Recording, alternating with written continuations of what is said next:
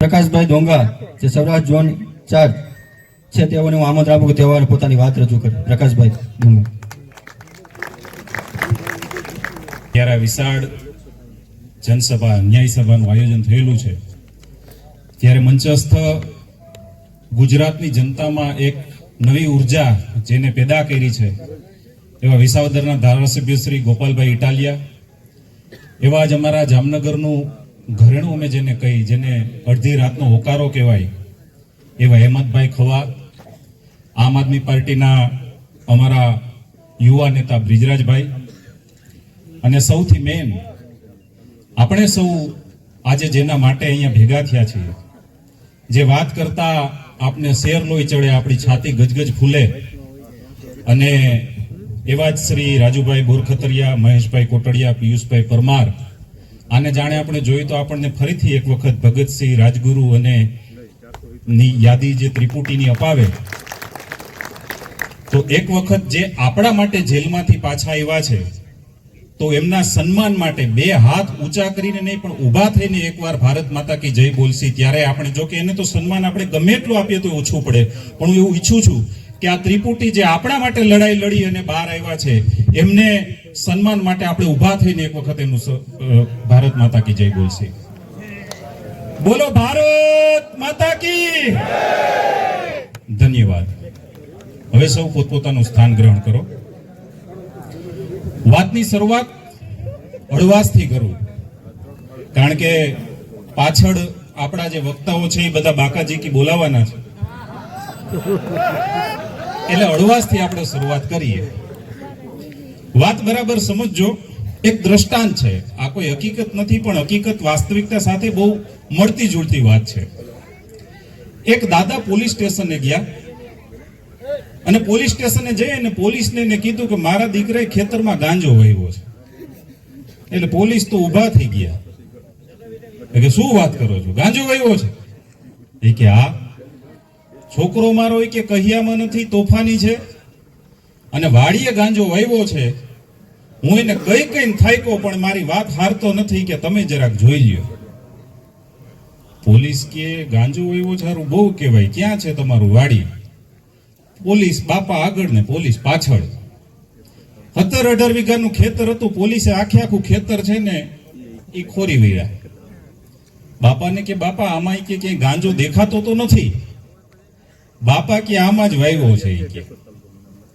એટલે પોલીસે વળી બીજા જિલ્લાની પોલીસ બોલાવી ને 300-400 પોલીસ કર્મી ભેગા થયા, એક સાહ લઈ લીધો. બાપાને કે બાપા પાકી વાત છે, આજ ખેતરમાં વાવ્યો? હા, કે મારા ખેતરમાં જ વાવ્યો છે, મારા એક જ ખેતર છે. તો કે કઈ ભૂલ નથી થતી ને તમારી, ક્યાંય બીજે ભાગ્યું રાખ્યું? ક્યાંય નથી, કે મારા જ સર્વે નંબરમાં વાવ્યો છે, એક જ મારે ખાતું છે અને આમાં જ વાવ્યું છે, કે તમે હરખાઈ જોવો. પોલીસ પાસે અઠવાડિયું મજૂરી કરાવી અને અઠવાડિયામાં તો પોલીસે માંડવીના એક છોડવા તો ગણી લીધા, પણ ખડ કેટલું હતું એ ગણી લીધું. પછી કંટાળીને બાપાને કીધું, બાપા કે આમાં ક્યાંય ગાંજો વાવેલો નથી. બાપા કે બરાબર તમે જોઈ લીધું? એ કે હા, આમાં ક્યાંય નથી. કે પાકું? એ કે હા. એટલે બાપાએ કાગળ કાઢીને કીધું તો આમાં સિક્કો મારી ગયો ને કે આમાં મેં માંડવી જ વાવી છે એમ. એ કે કાં? તો કે ઓલા સેટેલાઇટ વાળા એમ કે છે કે તમારા માંડવી નથી દેખાતી, કે સોયાબીન છે. મારા દીકરાએ હું મામા બનાવવાના ચાલુ કર્યા છે. વિચાર કરો, દુનિયા છે 21મી સદીમાં છે, ચંદ્ર ઉપર આપણે પહોંચી ગયા, મંગળ ઉપર આપણે પહોંચી ગયા. અહીંયા બેઠા બેઠા મંગળ ઉપર શું પરિસ્થિતિ છે આપણે જોઈ શકી. એને સેટેલાઇટના નકશા આપણા ઊંધા ચતા કરીને ધંધે આપને લગાડ્યા.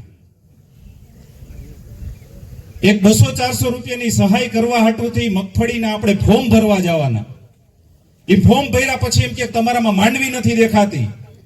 આપણે ફરીથી પાછું ત્યાં જવાનું.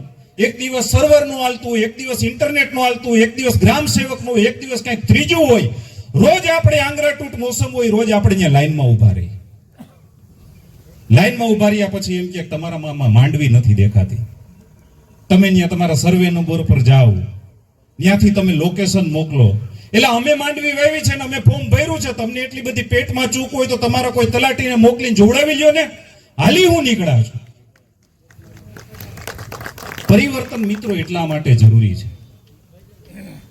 ત્યાર પછી આવ્યું માવઠું.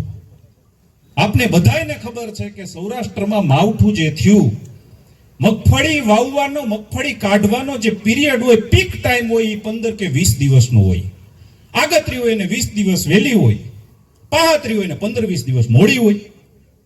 એ જે 15 દિવસનો પીક ટાઈમ હતો, એ 15 દિવસ સુધી માવઠું થયું. જગ જાહેર છે, બધાયને ખબર છે. કોઈ એકલ દોકલ ગામમાં નથી થયું, આખા સૌરાષ્ટ્રમાં થયું છે. આપણા પાથરા હતા એ પલરી ગયા, આપણે ઊંધા કર્યા તો પાછા પલરા, આપણે કારલા કર્યા તો ન્યા પલરા, ધુવાડા નીકળતા હતા હચોડા. આપને બધાયને ખબર છે. અને જ્યારે આપણા પાથરા પલરાતા, આપણા કારલા પલરાતા, તો ભાજપના નેતા છે એ બગલા જેવા ધોરા જભા પહેરીને ફોટા પડવા આવ્યા હતા કે નહોતા આવ્યા? ત્યાં ઉભા એને ધોરા બગલા જેવા જભા પહેરીને ફોટા પડાવ્યા. ફોટા પડાવ્યા પછી સહાયની આપણે વાત કરી તો એને શું કીધું કે સર્વે કરવા માટે સાહેબ આવશે. જો સર્વે કરવા માટે સાહેબ જ આવવાનો હતો તો તમારા બાપનો હું ઘરા ડેટો તો ઈ કયો. જો સર્વે સાહેબ કરે ને પછી જો સહાય મળવાની વાત હતી તો તમે જભા પહેરીને હુકમ પહોંચી ગયા હતા. અને જો તમે જભા પહેરીને અહીંયા આવ્યા અને તમને જો ખબર છે કે અમારી મગફળીનું નુકસાન છે, તો આ સર્વેના ડીંડક હાલી હું નીકળ્યા છો તમે. આની સામે અમારી લડાઈ છે. 10,000 કરોડ રૂપિયાની આપણને ખાલી જાહેરાત કરી, ત્યાં તો આખું ગામ માથે લીધું. છાપામાં આવે હેડલાઈન, ટીવીમાં આવે, સોશિયલ મીડિયામાં આવે. ગોબર ભક્તો છે એ આખું ગામ ગજવે. ઐતિહાસિક નિર્ણય લીધો, ઐતિહાસિક નિર્ણય લીધો, ઐતિહાસિક નિર્ણય લીધો. 10,000 કરોડ રૂપિયાનું પેકેજ, 10,000 કરોડ રૂપિયાનું પેકેજ. આપને તો એમ થયું હું દઈ દીધું આને. એ 10,000 કરોડ રૂપિયા આપણને દેવા માટે આપણી વાડીએ સર્વે આવે, એ તમારું આધાર કાર્ડ છે એનું મેચ કરે ને ઓલું ફોર્મ લાવો ને આ લાવો ને તે લાવો ને. એ જ સમયે મિત્રો બિહારમાં ચૂંટણી હાલતી હતી. એ નીતિ નિયમો નેવે મૂકીને આચાર સંહિતા જાહેર થઈ ગયા પછી 30,000 કરોડ રૂપિયા છે એ ખાતામાં નાખી દીધા. આ વાતની ક્યાંય કોઈએ જાહેરાત ન કરી. આ વાત સમજવાની છે મિત્રો. અને સૌથી મોટી વાત, આપણા જે લડવૈયાઓ છે, આ ત્રિપુટી છે, આ સિવાય અમારા બીજા હાવજ છે, રાજુભાઈ કરપડા છે, પ્રવીણભાઈ રામ છે, આ લોકો જે જેલમાં છે ખેડૂતો માટે લડે છે. આમ છતાંય ભાજપ વાળા છે એ આપણને ઉઠા ભણાવે છે. ઘણા બધા લોકો છે આપને તમને કહેતાય છે, અત્યારે જે મજૂરો છે યુનિયન બનાવે છે, યુનિયન બનાવે છે તો ભાજપ વાળા છે એ ગામ લોકોને એવા પટરી પટાવે છે કે આમ આદમી પાર્ટી વાળા છે એ મજૂરોને ચડાવે છે ને એ ખેડૂતો પાસેથી કે વળતર માંગે છે. એલા ભાઈ આલી હું નીકળ્યા છું. પંજાબમાં અમે ખેડૂતોને અલગથી વળતર આપ્યું છે ને અહીંયા અમે સરકાર પાસેથી માંગીએ છીએ. તમારે આપવું તો નથી, પણ કોઈ માંગે છે એને તો ઊંધા પાટે કાં ચડાવો? અદાણીની હમણાં લાઈન નીકળે છે. લગભગ ગુજરાતના મોટા ભાગના ગામડાઓમાંથી અદાણીની લાઈન નીકળવાની છે. આ લાઈન નીકળવાની છે એટલે ગામમાં 2-2, 5-5 એના એજન્ટો છે, એમના દલાલો છે. એ ખેડૂતોને ઊંધા કાન પકડાવે, આપણને ઉઠા ભણાવશે. આપણને એમ કહેશે કે આ તો લાઈન અહીંથી નીકળવાની જ છે, આ તો નીકળે જ, આમાં કોઈનું ન હાલે. અમુક માણસો છે એ આપણને એમ કહે કે ભાઈ લાઈન છે એ તો આપણા ઘરે લાઈટ આવી, કોકના ખેતરમાંથી જ નીકળી હોય.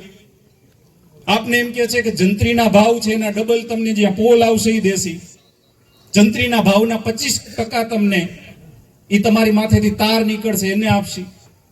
આ બધી વાતને આપણે સાઈડમાં મૂકી દઈએ. પ્રશ્ન અમારો એ નથી કે જંત્રીના ભાવના તમે 200% આપશો કે 500% આપશો. પ્રશ્ન અમારો એ નથી કે અમારા ઘરે લાઈટ આવે છે ક્યાંથી આવે છે અને કોના ખેતરમાંથી આવે છે.